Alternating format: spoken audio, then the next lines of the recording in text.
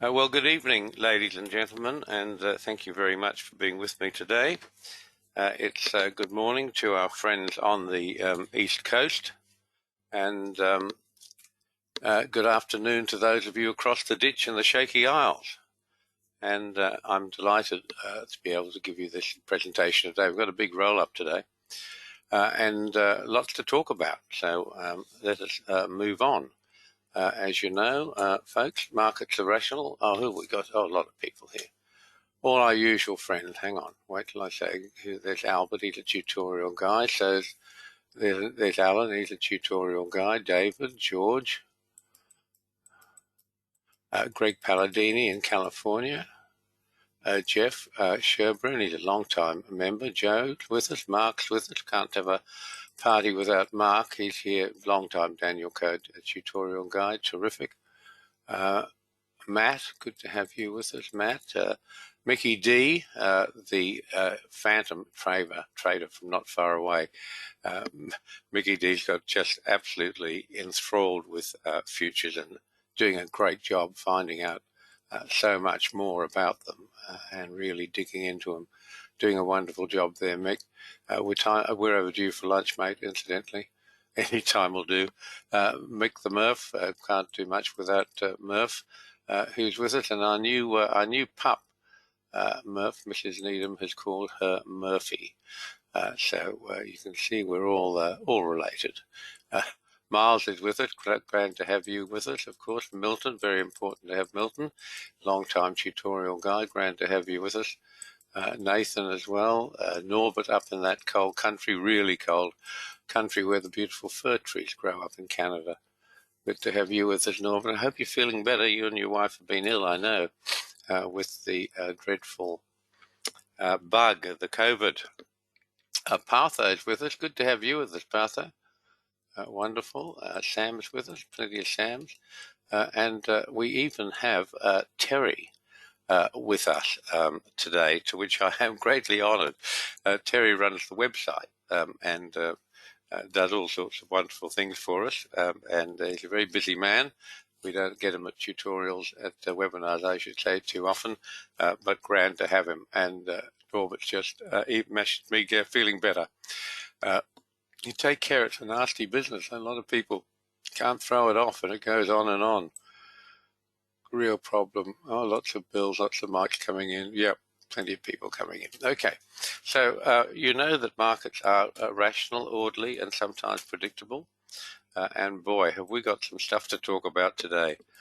Let's see where we go. So this webinar is called S&P Means Simple and Profitable Part 2. And as Terry asked me, is there a Part 1? Yes, well, there is, but it was published on the 2nd of February 2008.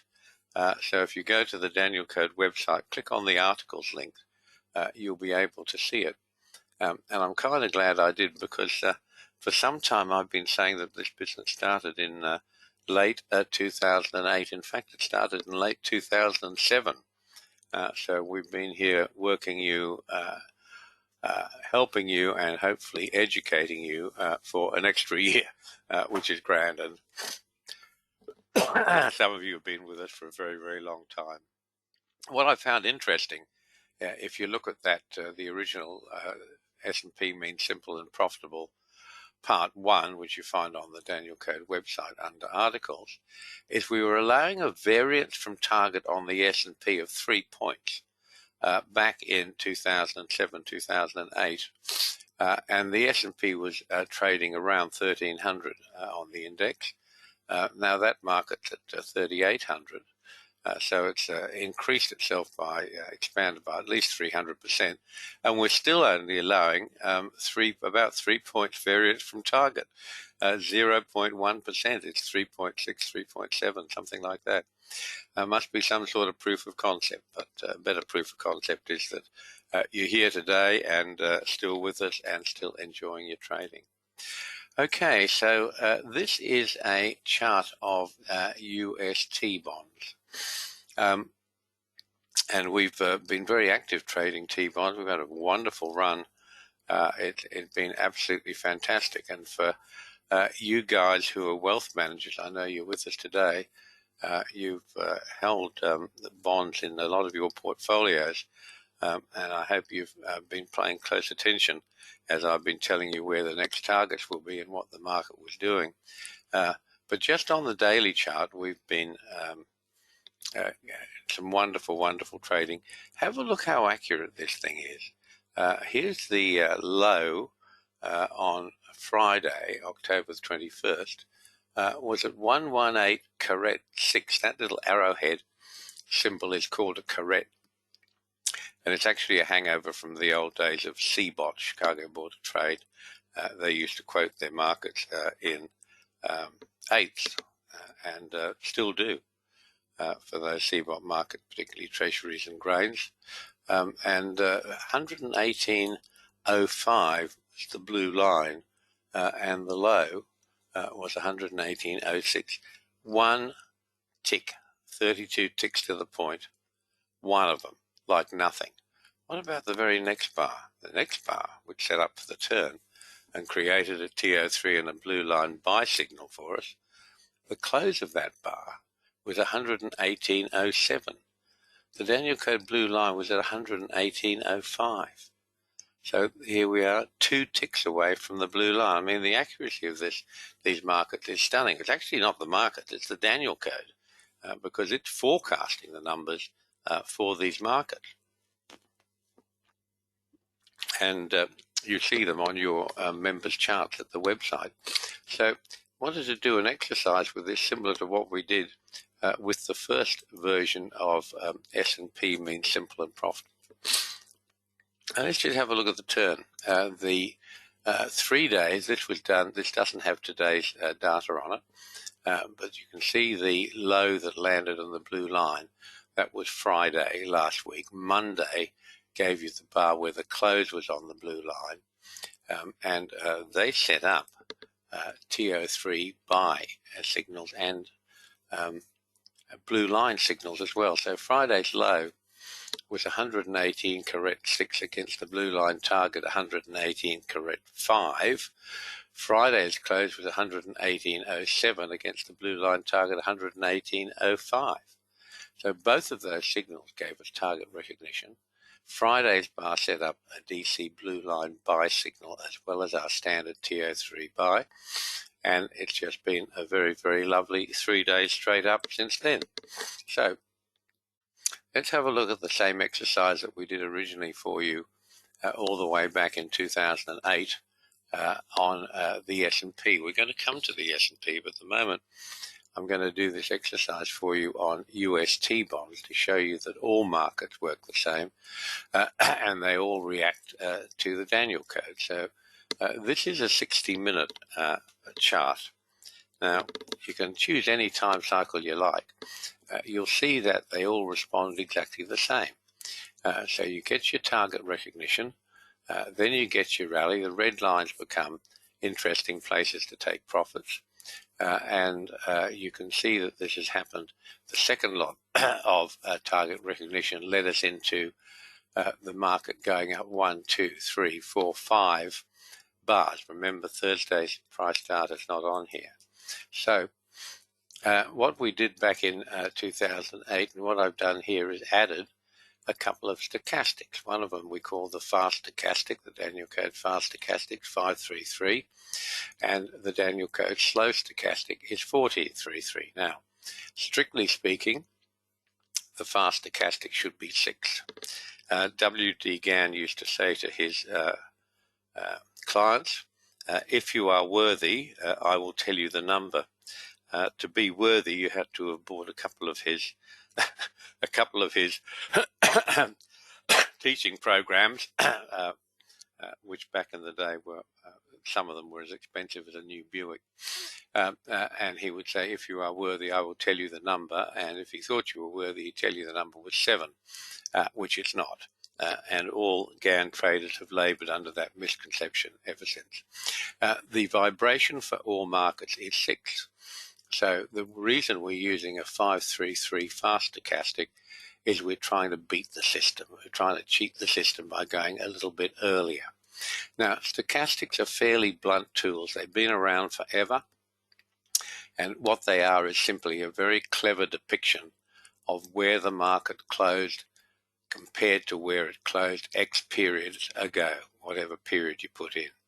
The 1433 should be a 12 cycle, because if 6 is vibration and we're interested in 6 as a measure of time, then we'd be interested in 12 because the rule is it shall be for time times and a half. So times would be 12, but it started off at 14 way back in 2007, so it's still there, and that's our slow stochastic, which comes into play when we're trying to create signals. Blue line signals in particular is what that slower stochastic is used for. But even though they're a fairly crude indicator, and they can stay overbought and oversold for very long periods, or as a wise man said, markets can stay overbought much longer than you can remain solvent. But they're still pretty valuable and give you a nice snapshot here. If you just have a look at I'll get a highlighter here so I can show you a bit more detail. Here we are. So if we look at this low here, both of our stochastics are oversold. So that's a pretty good place to be buying. These red lines become targets. You can see this target here. Fast stochastics overbought, slow stochastics overbought. That's a pretty good place to take your profits. You get a second bite of the cherry here because the next day also gives you target recognition. And you can see on this bar here, where we have smaller detailed target recognition on these tiny little 60-minute bars, the fast stochastic is oversold, the slow stochastic is almost oversold, close enough for government business, as they say. That's a good place to buy. Any one of these targets is a good place to take your profits. But you can see here, this market's totally ruled by those numbers.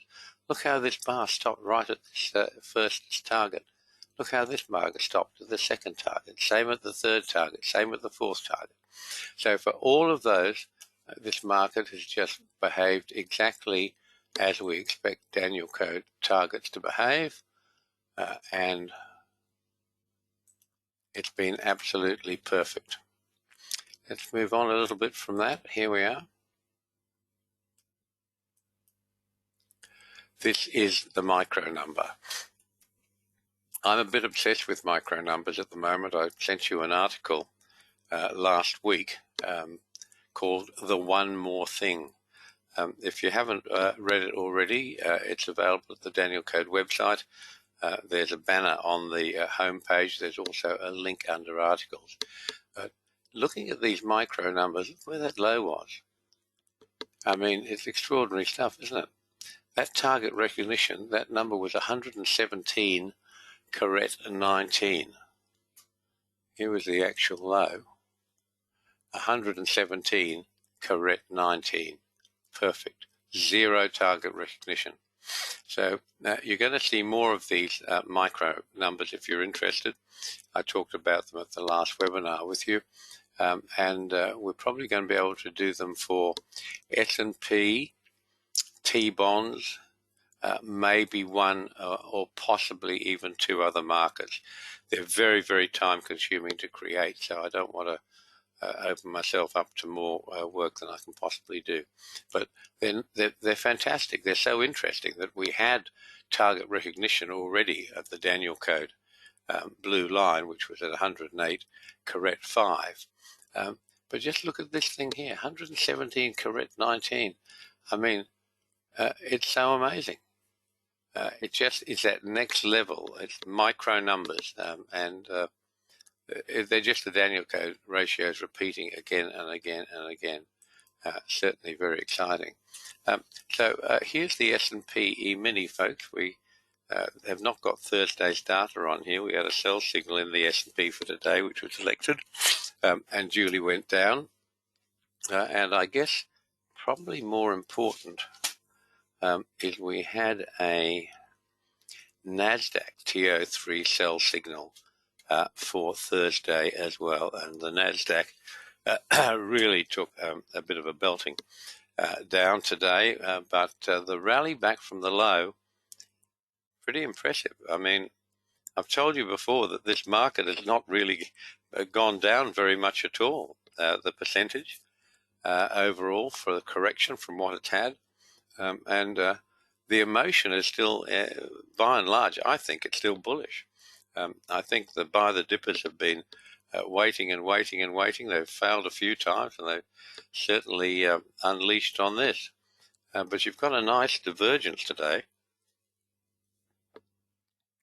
which should make you think a little bit. But you've got the NASDAQ having a decent bar down, albeit the rally back up at the close. Yet you've got the Dow that was just strong, just up another day. So you're getting this divergence now between the blue chips and the NASDAQ, the tech-heavy stocks. And that's always a problem when markets are confirming each other. Then everything is peace and calm. Once you start getting a divergence like that on a major index, it's going to cause some issues down the line. And we love issues. The more issues, the better. I mean, volatility is our business. The things that the world's press presents as financial catastrophes, dreadful things happening, we love it. That's just creating more volatility. And of course, if you trade futures or Forex, our markets pay exactly the same going down as they do going up. So what to worry about? It's all pretty simple stuff. So here was the E-mini before today. And here we've put on for you some micro targets at the low. Have a look at that. I'll bring up the daily chart over here, which I can have a look at. And that great big outside bar way back on Thursday, the 13th of October, had a low of 3502. And the blue line was at 3505.25. That's within our 3-point allowance for a variable on the daily chart. So that set us up with buy signals for that bar, and we got long right there. Have a look at the micro signals. Where's that low on the micro? 3502.0. What was it actually?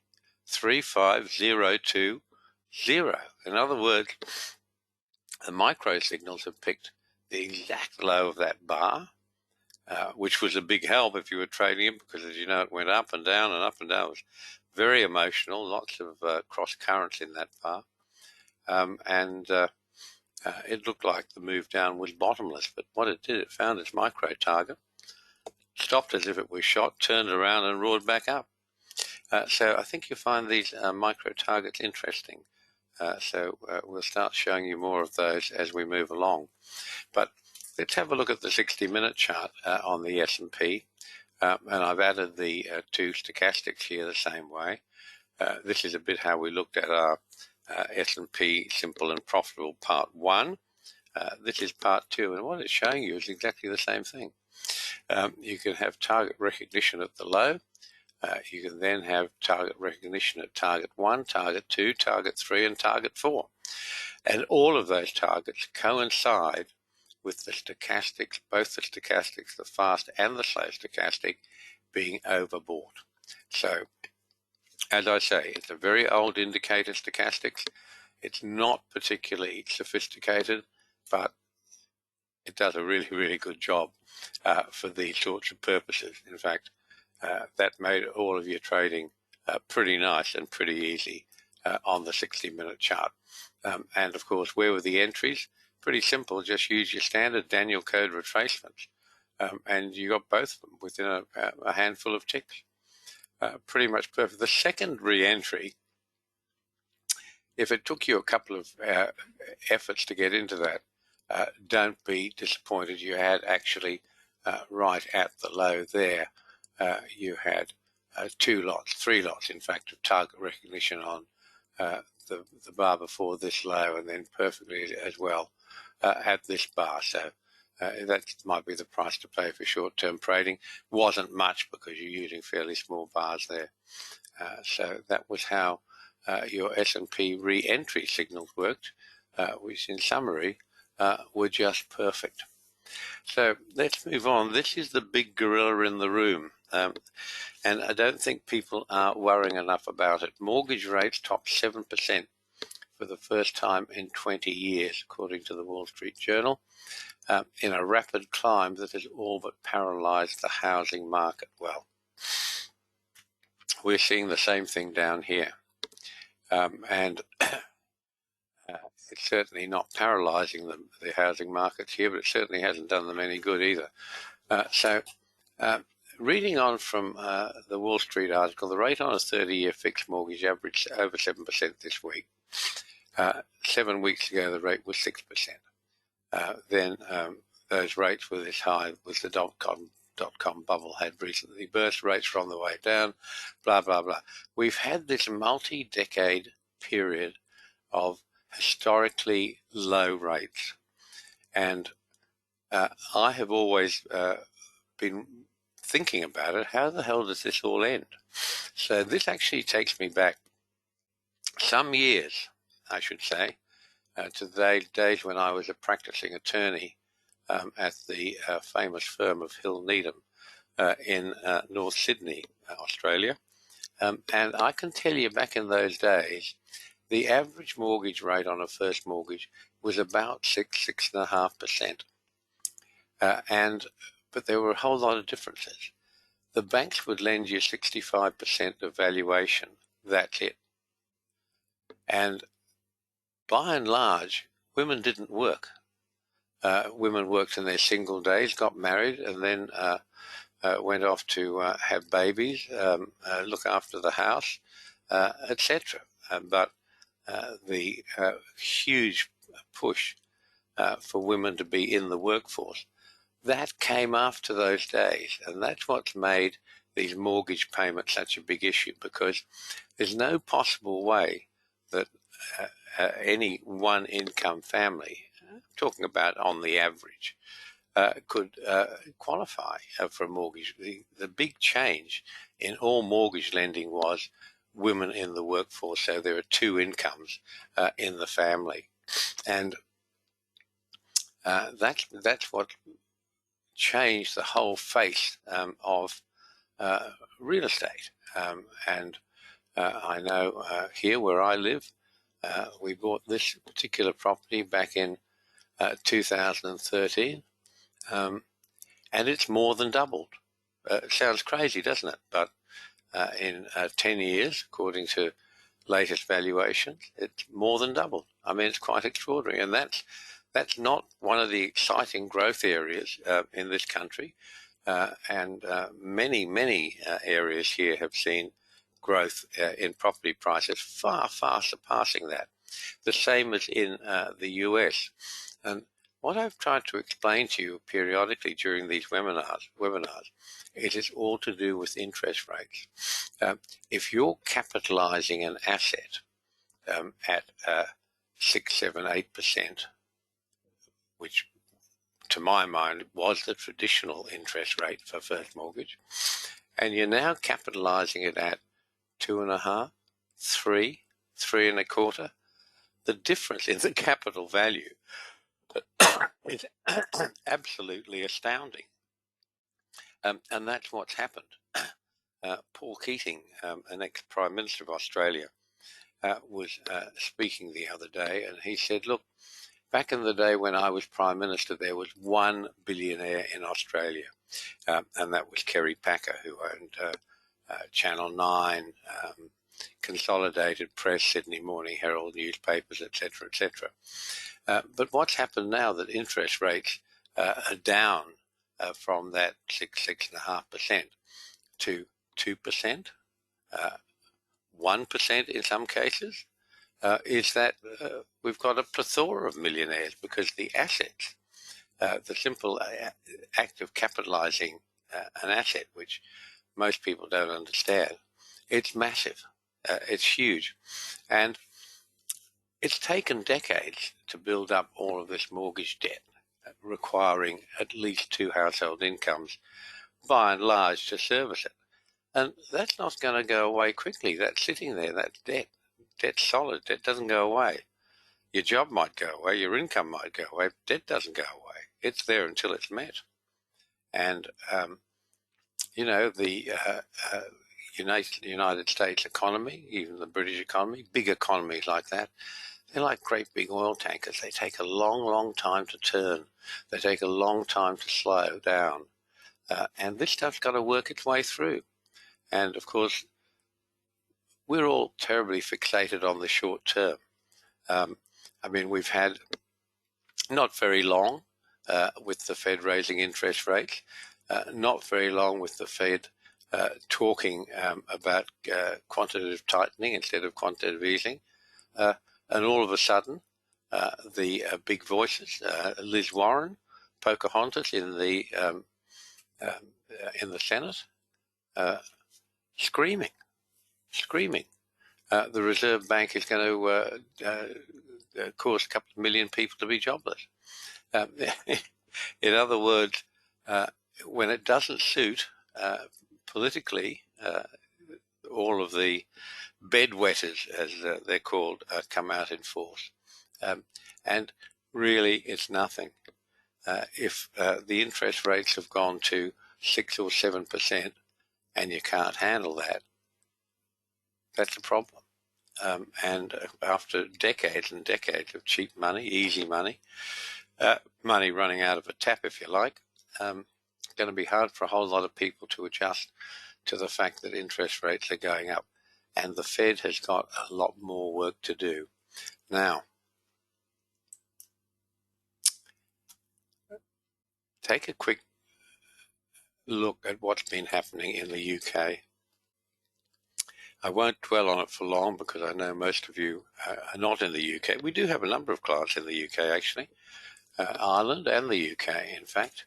But last time I talked to you, the Prime Minister of Great Britain was a lady called Liz Truss, and her Chancellor of the Exchequer, the equivalent of Treasurer, was Kwasi Kwarteng.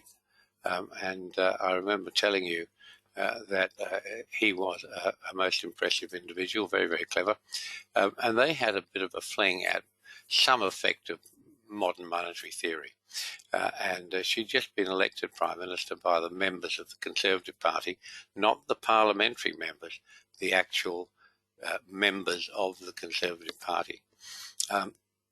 And she presented herself as a modern Margaret Thatcher, but her prescriptions for the economy were, got to grow this thing, got to grow it now. And one of the things they did is they revoked the 49% tax rate on very high earners, but without it being funded in any way. And that started to give the market some shivers, and gilts, which are 30-year gilts, are the same as US T-bonds issued by the Bank of England. And the pension funds in England are very, very heavily invested in really long-term treasuries called gilts. And once the market's got a bit spooked, because Britain's got a massive debt load, I mean, it's 200%, it's ridiculous. The market got a bit spooked, and interest rates on gilts went up from that 2.25%, 2.5%, up to 4.5%. And what that meant, unknown to the greater world, including the Bank of England, I suspect, is that all of these pension funds, and BlackRock is a big, big player in it, we'll tell you what this is all about, is that they've invested in gilts, but that's not enough money to meet the pension demands, requirements. Some of these pensions are very extravagant, very, very expensive. And BlackRock and others, I think JP Morgan is another big player in it, had convinced these pension managers in England that their income from gilts, etc., was not going to be enough to meet their pension requirements. So they talked them into playing with some derivatives. Sound familiar to you? Everyone wants to get into derivatives. They were going to make money out of the derivatives, and that was going to boost their returns to meet their payments to pensioners. As usual, people who play with derivatives largely don't know what they're doing. We saw the London Metal Exchange blow up over the nickel dramas. We've seen the same in wheat when the war in Ukraine broke out.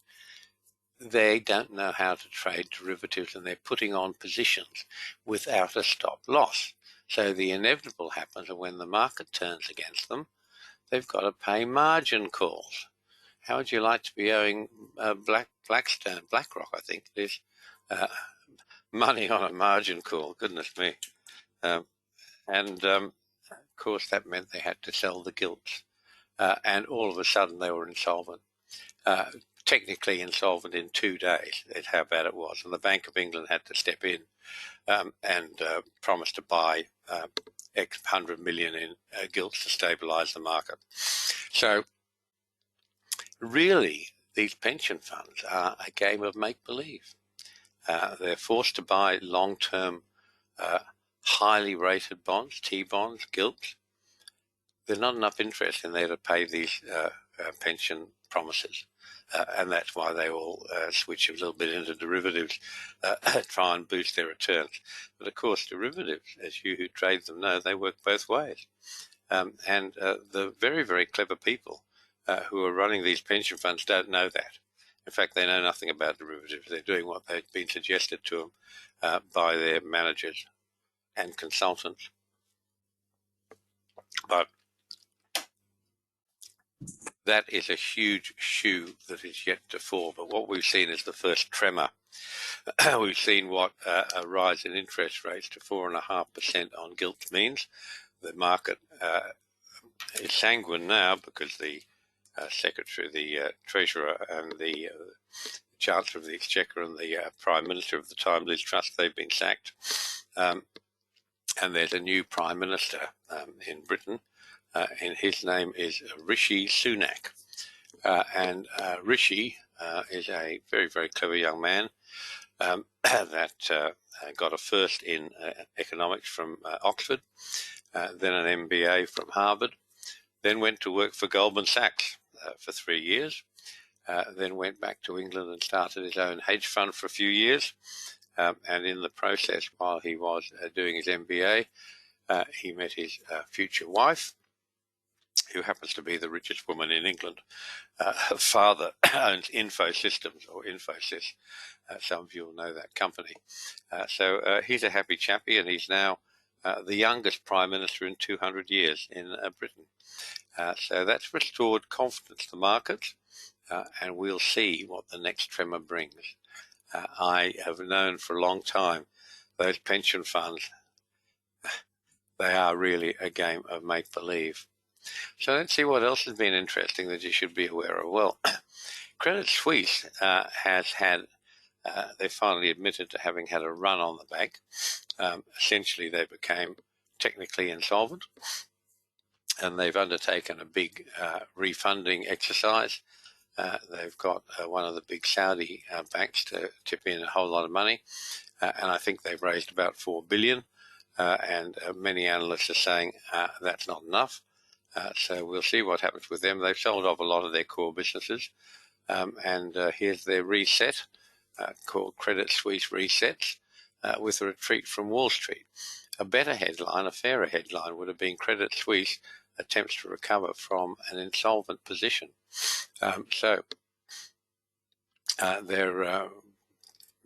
Here's the story. You can read most of it. The market's down 20%. They've raised $4 billion in fresh capital. They've sold off a lot of their deal-making stuff. Sweeping overhaul attempt to move on from a period of scandals, hefty losses, executive turnover, and waning market confidence. In other words, they got into a bad position, and plenty of people knew about it. Well, guess what? Is this a big surprise? Who was the culprit? Here you are, Lex Greensill. Those of you who come to these tutorials regularly will know that I spoke about him and the Greensill Bank in somewhere in Europe. He was in London, of course, and became very pally with David Cameron, who was then the Prime Minister of Great Britain, and wonderful PR machine dressed up this super sophisticated finance he was doing with all sorts of wonderful descriptions, but really all it was the old-fashioned business of factoring. And some of you will know that factoring has been going on forever, and it's simply an arrangement where a financier pays you now for your receivables, which may be in the future, and you get your money in and they take over the risk on collecting the money. So factoring is probably a bit of a dirty word in the finance business. So young Lex came up with all sorts of other descriptions of it. Global financial service empire that he built on basically just factoring. And they got very friendly with David Cameron and his wife Samantha. David was Prime Minister of Great Britain at the time, and got himself all sorts of privileges, including working out of Wall Street and having a phone number in, not Wall Street, 10 Downing Street, I should say, the Prime Minister's residence and main office, and got himself an office in 10 Downing Street. All sorts of perks, and got a whole lot of people in. Interesting here that if you look at this particular article in the middle, it says Sanjeev Gupta was the biggest customer of his Greensill Capital, and he was in default with Greensill Capital. He couldn't pay. Now, what's happened since then, just a short period of time, he's done marvelously well with his iron and steel making businesses, and I think the Wall Street Journal just declared him the richest businessman in the world about a month ago. So interesting how their fortunes have diverged. But same thing, there's another chink in the wall. I think this whole thing's got a lot more to run. Today's the interesting news that you've got this huge divergence between the Dow and the NASDAQ. And the big names, what used to be called the FANGs, and is now apparently called Gamma, because Facebook changed its name to Meta, so it's now called Gamma, but it's basically, Facebook, Apple, Netflix. I don't think in it anymore. A few other the big high volatility and big news tech companies. So Meta, which is Facebook, is down 25%. Bad news. Amazon came out with its report today as well. Not quite as drastic, but still bad news. And, they're the building blocks of the NASDAQ. If they're weakening, which they are, where does the NASDAQ go? What's it got to build on? If the leaders are lagging, then the rest are going to have problems. So when you have time, look at the NASDAQ today and then have a look at the Dow and see the divergence. I mean, it's absolutely incredible. We need to take a look at UST bonds, particularly because some of our clients, particularly the Gregs and the Gregs, who are both wealth fund managers, are with us today and take a whole lot of interest into what's happening with bonds, because most wealth managers, fund managers, have a large portion of bonds in their I'm seeing here, Greg with us. Chip's with us. Hello, Chip. Good to have you with us, mate. Just arrived. Wonderful to have you here. Good man. Okay, so let's have a look at this T-bonds chart. This is nothing new. I've been showing you this since Danielcode started in 2007. And what this is our 24-day chart. Every bar on this chart is, in fact, 24 trading days. And you can see how the highs, the last high and the previous high before that, absolutely controlled by the Danielcode trading channel, which we stopped moving about mid-2016. Since then, it's just sitting there. It's the history that's created that Danielcode trading channel that's managing the extensions to it. I haven't touched it since mid-2016. And look what's happened. The high and the previous high, both of them, has gone up to that mark of 2 standard deviations above the mean and stopped almost miraculously. Everything with the Danielcode is miraculous. And then it started to come down. And I've told you over the period of time that it would be going down and where it was heading. And you can see how this market fought to hold 1 standard deviation below the mean. Let me just get the spotlight on here so you can see this. It's clear to me because I know what I'm talking about. I look at this every day. You perhaps don't. So this red line here, this angular red line going up, is the mean or the median.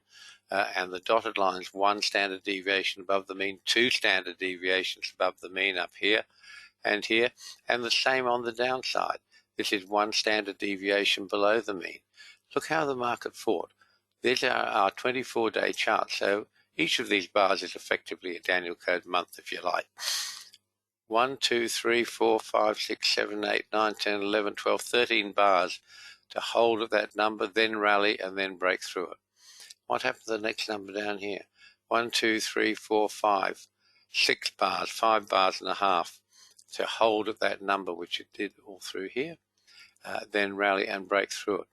Look where you are now. At that stage, this number on here, 125.10, that was 1, 2, 3, 4 standard deviations below the mean. I mean, it sounds impossible, doesn't it? But that's where the market went to.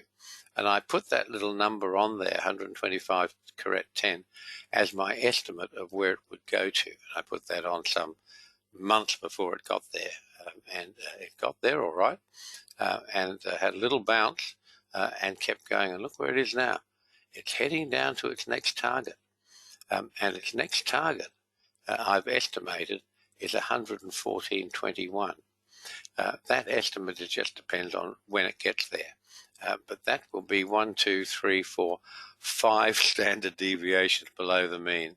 Great stuff, isn't it? What I've done here, just to show you, have a look at these numbers over on the right-hand side. I put the normal Danielcode retracement tool on here to retrace this whole swing from the major high back into February 2000, the Volcker low, when he raised interest rates suddenly to 20% to try and break inflation. And, you know, we will be facing the same thing ourselves. The Fed is going tiptoeing about inflation. You might think it's dramatic. It's not really. And it's having no effect. Interest rates, inflation numbers here just went up a whole 1% yesterday, 7.1 here in Australia. And Fed's going to have to do a lot more. And it's becoming uncomfortable. People are starting to worry about it. Look at these numbers going down here. There was the Danielcode. That was the 59% retracement, 130 correct 25. That's what stopped this market falling down there. The next Danielcode number here is 115 correct 16. And it's not that far away from there right now. So 115 correct 16. What's our low at the moment? 117.19. So more to go, I suspect. But a little rally will relieve some pressure for a whole lot of folks. But let's move on. Here we are. I thought you'd be interested in that.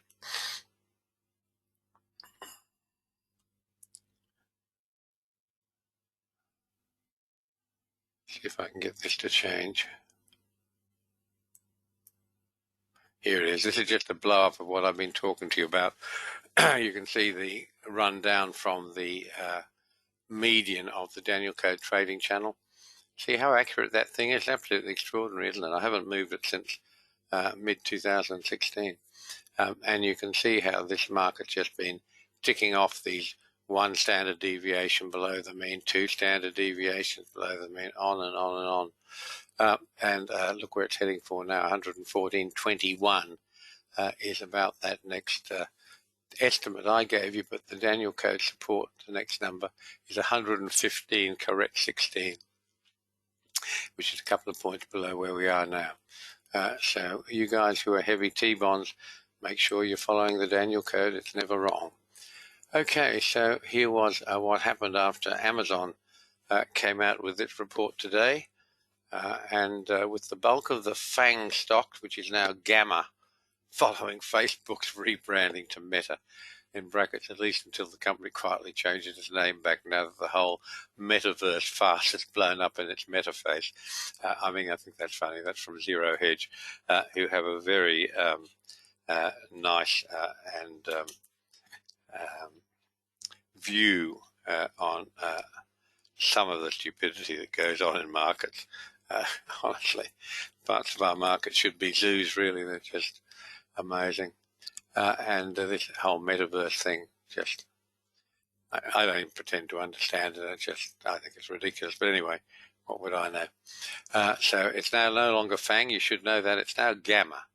And you can see that no one was impressed with Amazon today. I'm amazed how strongly the NASDAQ rallied from the low into the close. And I think that shows you that there's still a massive bullish bias to this market. I think people are stupid, let's face it, and traders by and large are more stupid. I think they believe that the good times are still here, that this is only a temporary aberration. And it may be on the very long term of things, but I think there's a lot of pain to come. And I don't think most people have never lived through what we're going to see and don't have any idea with what happens. Here is a voice for you of total and utter incompetence from the Biden administration. Janet Yellen, who was totally incompetent, I don't think she knew what day of the week it was when she was the governor of the Fed. And of course, now she's the treasurer. The money that the US Treasury had to try and raise because of the bad Biden Democrat. I don't know, they're on a campaign to see if they can break all records of spending, and they have. They're very successful at that. And it doesn't seem to be managed terribly well. Once that money goes out, a whole lot of people seem to get their hands on it who shouldn't. But anyway, I guess that's the problem. But Janet has finally woken up to the fact that volatility in bond markets is a problem. And it's the second time this month she said she's got concerns over the functioning of the US bond market, which is a $24 trillion market. And she's seen what's happened in England, and I think the United States, of course, the United States is the reserve currency. It's got untold reserves and untold capacity, but I don't think you'll see any dramas there. But there's a whole lot of people worrying about this sell-off in bonds and thinking that the bond market is either broken or very close to breaking. I don't think that at all. I think it's just an overdue essential reaction. But it's not pleasant if you're holding T-bonds. So let's have a look at today's price. This is the NASDAQ, which I was talking to you about and saying, I'm amazed at where it closed compared to its low. And we had a TO3 sell signal for the NASDAQ today, yesterday actually, which was elected, and today it's let go. But the rally from the low, very, very strong, very strong. And you've had the two of the biggest flag bearers of the NASDAQ, Facebook, now Meta, and Amazon, turn in disappointing results. And what's happened? Not a lot. Poked its head below the last swing low by a few points. Rallied back up strongly. Be really interesting to see what NASDAQ does. My tonight, your tomorrow. Wonderful stuff. This is gold. Gold is in a perilous situation. It's still very high, but structurally it's having real problems putting together any sort of a rally. And you can see that what it's been doing is just bouncing off the Danielcode numbers. And the blue line at the low, which is where this market turned, was 1620.7. The low on Friday, October 21st, was 1621.1. So less than 11 ticks, which is our variable allowance there. Have a look at the next low, which came on Tuesday. We had a low in there, 1641.2. and the high just under the next Danielcode number up. The high on Wednesday was 1679.4. Where's our Danielcode red line? 1679.9. 5 ticked variance, nothing, not even a hair. So this market is causing concern. It's still at a very high level, but it's having trouble putting together any sort of a rally. You should have a look at the Fourth Seal commentary from Frank DB on gold. He's right across it. US dollar index has pulled back quite a bit. It's found a bottom today, a pretty precise bottom, because the blue line there is at 100.46. The low on Wednesday was 109.46, and the blue line is at 109.46. Try that, folks. Zero variance. 109.46 for the low of the bar on Wednesday, and 109.46 for your Danielcode blue line. Well, that's turned the market. That gave us a buy signal, which has not been elected yet. And you can see the next day, today, look where that low came. It just broke through that little previous low. It put in low of 109.365. The Danielcode red line is at 109.330. Amazing stuff, isn't it? It just had to find it to make its turn. I've enjoyed seeing the US dollar strong. It should be strong as the world's reserve currency, as the biggest, most powerful economy in the world. But you can see a bit of jaw boning. A lot of people have got upset about that. I guess it's difficult for exporters in the US. It makes your goods more expensive to sell. It also makes your imports cheaper. But there's been a lot of jaw boning against the US dollar, which I don't understand. But nonetheless, the rally is in sight in the next day or so. And we have a buy signal for today. Here's the actual S&P. You can see we're on a sell signal today, and the high, which was on Wednesday, came in at 389.750. Where is the Danielcode line? 39010. Handful of ticks variance. Pretty muted pullback today, 1 bar down. Stochastic was overbought, not unexpected.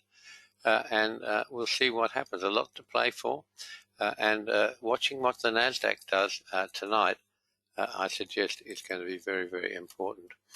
This is sugar, which has been on quite a tear. In fact, we're $1,100 plus in our TO3 sell trade for sugar.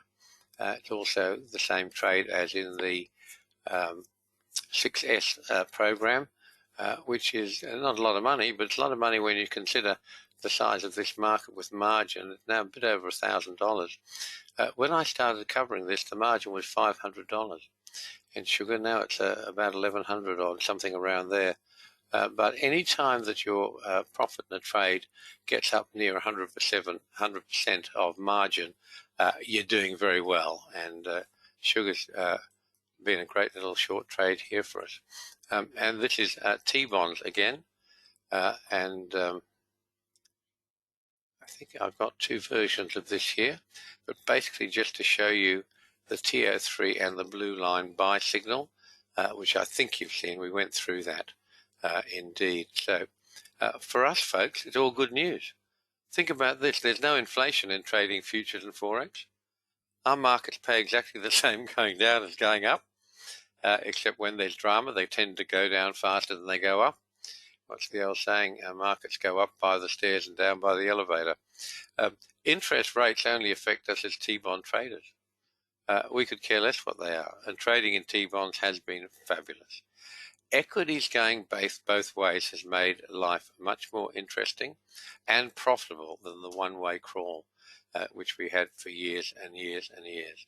So drama and fiscal catastrophes out there just add volatility, and volatility is our friend. More of that, the better. Happy days.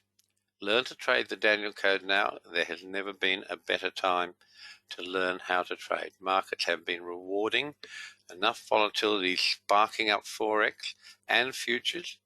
If you know how to trade it, you get all the money. Okay, so let's see what else we've got. I think that's nearing the end of our session. New deal on the Danielcode trading tutorial, folks. You can do, if you wish, if you are having difficulties with the size of the fee, which is substantial, you can learn price trading separately for $4,500, or the Danielcode time trading, which is the big banger, similarly for $4,500. If you're interested in doing a tutorial, there has never been a better time. Email me, jneedham@thedanielcode.com, and we will get you booked in and see where we can get you started really soon. Remember, the business of trading futures and Forex is not to be right. The business of trading is making money, and that's how we measure our performance, which is why I like to show you all of our lovely trades that continue every day in every market. If you haven't already had a free trial, folks, go to the Danielcode website, www.thedanielcode.com, and start your free trial. Just hit the register button. If you had a free trial previously, the website will remember you and will not want to give you another free trial. In that case, simply contact Terry at support@thedanielcode.com, and he'll be happy to sort that for you. And finally for today, please be aware of our disclaimer. It's really, really easy to lose money trading, and if you don't know what you're doing. Similarly, it's really, really easy to make a lot of money trading once you do know what you're doing. But I do ask you, don't risk real money trading until you are confident that you understand markets, know how to trade, and have a profitable trading system. If you haven't, grab the Danielcode, the world's most prolific, profitable trading system. And that's us for today, folks. So thank you for being with us, Alan. Glad you enjoyed it. Thank you for being with us. You too, Jeff. Wonderful to hear from you and see you still here with us. Murph, thank you. Cheers. Enjoy your Bloody Mary today. Yes, it's that time of the day, mate. And boy, it's sunny here, Murph. The weather's just gone from beautiful late winter, mid-spring altogether. It's just gone straight into full-on summer. We've got the air conditioning on today. And the pool is looking absolutely marvellous out there. So it's all happening. Thank you, Partho, for being with us. I do hope you've enjoyed it. And you can certainly learn lots of stuff about trading from the Danielcode webinar. Okay, enjoy your weekend, folks. I'm off the clock now, and I placed my orders for tonight. So I'm happy and looking forward to how the NASDAQ resolves itself. All the best for now. Bye-bye.